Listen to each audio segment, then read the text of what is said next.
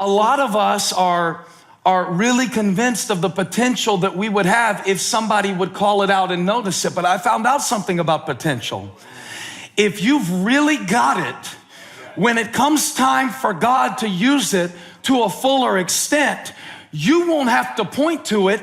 God will point to you. Elijah wasn't even trying to find Elisha.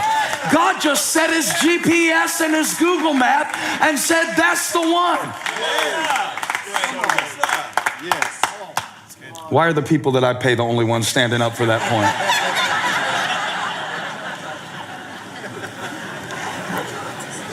It's the kind of stuff I want to say to you so your pastor doesn't have to. If you will do a good enough job plowing, okay? If you will plow faithfully, God will promote. If you will plow, God will promote. If you will plow, God will promote. I gotta believe that's one of the reasons why Jesus picked Peter, because he was washing his nets. And nothing good had happened all night, but he was getting ready to do it again. That's the kind of person God can use. You know what? They didn't thank me. They didn't even have my microphone on, but I'm gonna be the best background vocalist. I'm gonna stand here and lead somebody into the presence of God, even with dead batteries. It's a spirit. Excellence is not a stage of development, it is a spirit. Wow. It's not what you'll do when. And your plows are rusty and you want a promotion?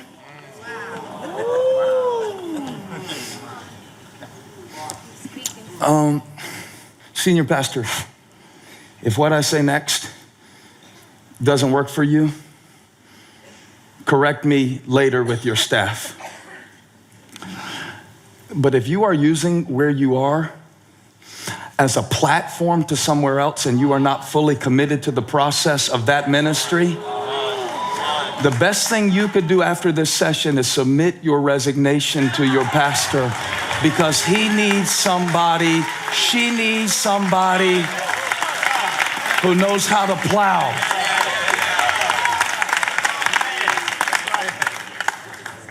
I want God to give you the grace today and me the grace today, because God knows I need it, because I get way too much attention and there's all people behind the scenes making me look good, whether it's lighting or cameras and all of that, and they don't get thanked for the sermon. But you know what they've done, and you know why they show up, and you know why they plow? They have crucified their need for credit.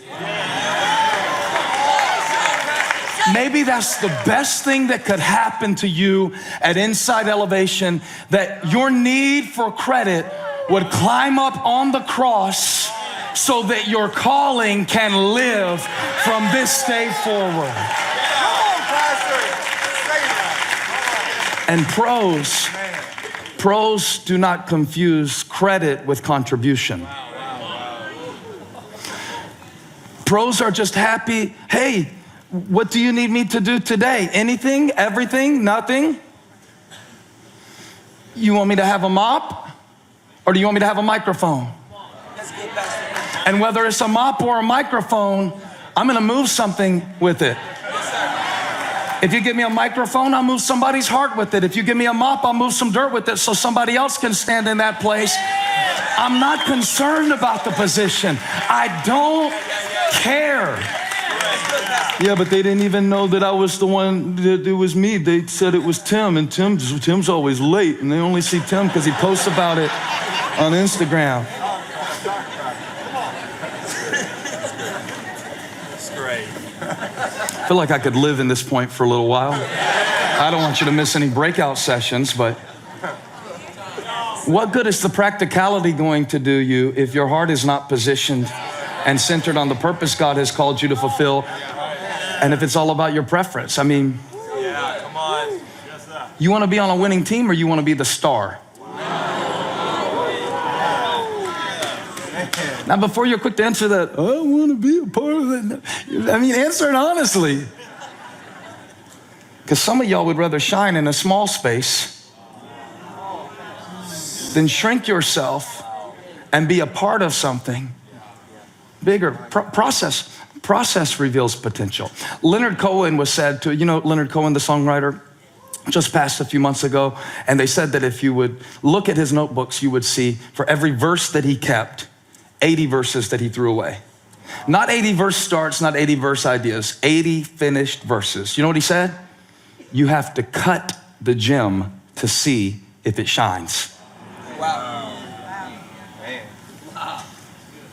So it's in the process of doing it and falling short and doing it and falling short and doing it and falling short that you find out what you're made of.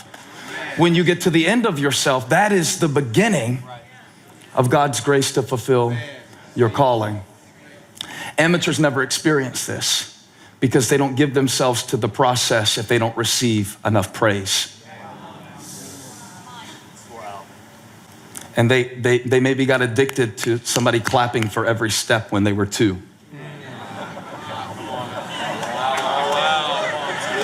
Point number 2. See, pros view correction as an investment. And they'll pay for it. That's a pro. A pro will pay for correction. An amateur will make you pay when you correct them. So Jehoash should have been like, 3 more times? Sure. I mean, you want me to try harder? You think I got more in me? Thank you. That's how a pro thinks. Yeah, you're probably right. It probably could have been a smoother transition. Thank you, because I was so caught up in it, I didn't see it. Yeah, thank you. Amateurs, they don't get better because every time somebody tries to correct them, they make it so hard on the person correcting them that eventually that person just concludes it's not even worth it. And so we start to work around you. Come on. Pros pay for correction. Amateurs punish those who are trying to invest correction into them. So I teach my staff, I don't know if they believe me. Don't worry when I correct you. Be very afraid when I stop. Because if I stop putting money in the bank of your development, that means I think your branch is about to shut down.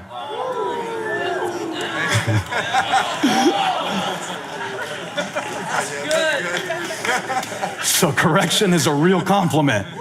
It means that I'm planning on leaving you in this position and I want you to get it right. If you screw it up and I don't say anything, I already got Elisha in the field getting off of his oxen and coming to take your place. So be real scared if I'm silent. Because as long as I'm telling you, hey man, you know, that was bad form. You let them just run right over you. You need to be stronger next time. That means I'm gonna have you in this position next time and I want you to be better for it. But if you're an amateur, you be too touchy. And they'll say something like that. They'll say, hey, well, we could have done that transition. And before they can even finish their sentence, you will be telling them about how Donnie didn't show up because he hurt his back and he was a volunteer. And they did not ask you all that. They were just trying to make you better. And maybe what you should have done instead of telling them about Donnie and his bad back is maybe you should have saw them. I'm just giving you some advice. If you really want God to use you and if you really want to get to a place where you are not dependent on compliments. See, compliments are cheap.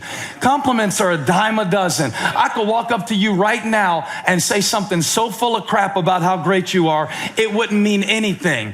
But the people who take the time with you to say, you know, I know that you are better than that. I watched you on stage. You didn't think it through. You were not clear. If you would have said this, if you would have done that, you could have moved it further. See, that's an investment. That means you see something in me. That means you're planning to use me as a rock and you will build your church on me. Jesus was hard on Peter because he had a plan for Peter, because he saw something in Peter. He had to excavate all the stuff so he'd have something to build on. And God wants to build something on you. But if you're real shaky and you can't take it if they look past you, or you can't take it if they didn't ask you, if you can't take it when they pull you aside, you won't get a chance to be the best campus pastor at Elevation Church. I demoted Larry Bry so hard one time, I thought he'd go back to Shelby and live in a trailer as an alcoholic.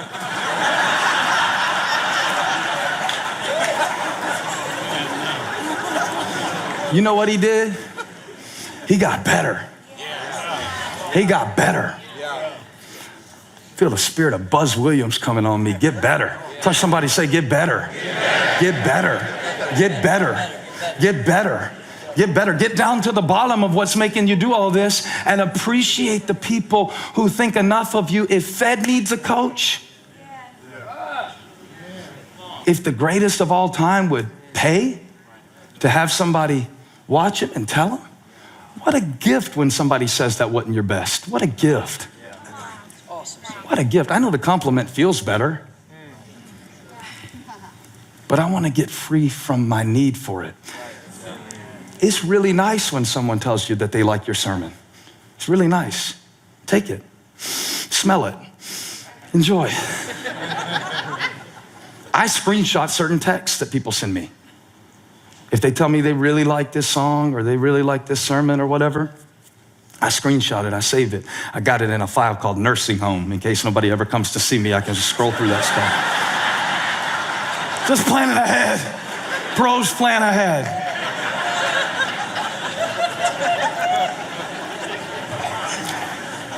But if you got anybody in your life, and please don't think it's your job to do this for your pastor. Okay, don't get this message all flipped around and pervert what I'm trying to say to you and use the principle to your own demise and wonder why you got fired. If you got anybody in your life who can do it up here and you do it down here, and they tell you your outline was weak, or they tell you that your humor is getting in the way of your insight or your whatever, anything. I asked one preacher that I respect just recently. I said, I asked him a question. It was a good question. I worked for like a month thinking of the question I wanted to ask. Because there's one preacher that I really respect who preaches better than anybody that I know. And I've been thinking about this question because I want it to be developed. You know what he said about my question? He said, your question misses the point. Well, that blessed me. That blessed me. And I sent back a text. It was we would say pissy if it was Tuesday and you weren't here, but it was kind of aggravated text. I said, okay, gotcha. You know how you do when you don't like what they said and you need to respond and you can't leave the bubbles there forever, so you just send something. One of these. I thought about it. I said, he did me the greatest favor. He corrected my question. Wow. See, because sometimes I have staff that want to ask me, how do I get to write more songs and this and that? How do you write a good one? That's a better question. How do I get more opportunities? A lot of your questions are revolving around your desire for more opportunity. A real blessing is when somebody checks your motive and gets you to a better question. A lot of times Jesus would not give people answers. That's one of the reasons that they got sick of him, because he was obsessed with correcting their questions. They were not even asking the right thing. Which is why God doesn't really care why you came this week. What you think you need to learn while you're here. He doesn't care. He will bypass what you came asking to answer what you need to know.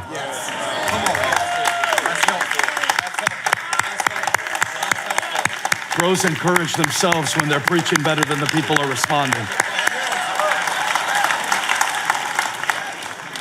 And it took like 10 minutes and I responded back and I realized he's right. My question misses the whole point. I was asking a performance-based question and he was trying to get me to see purpose.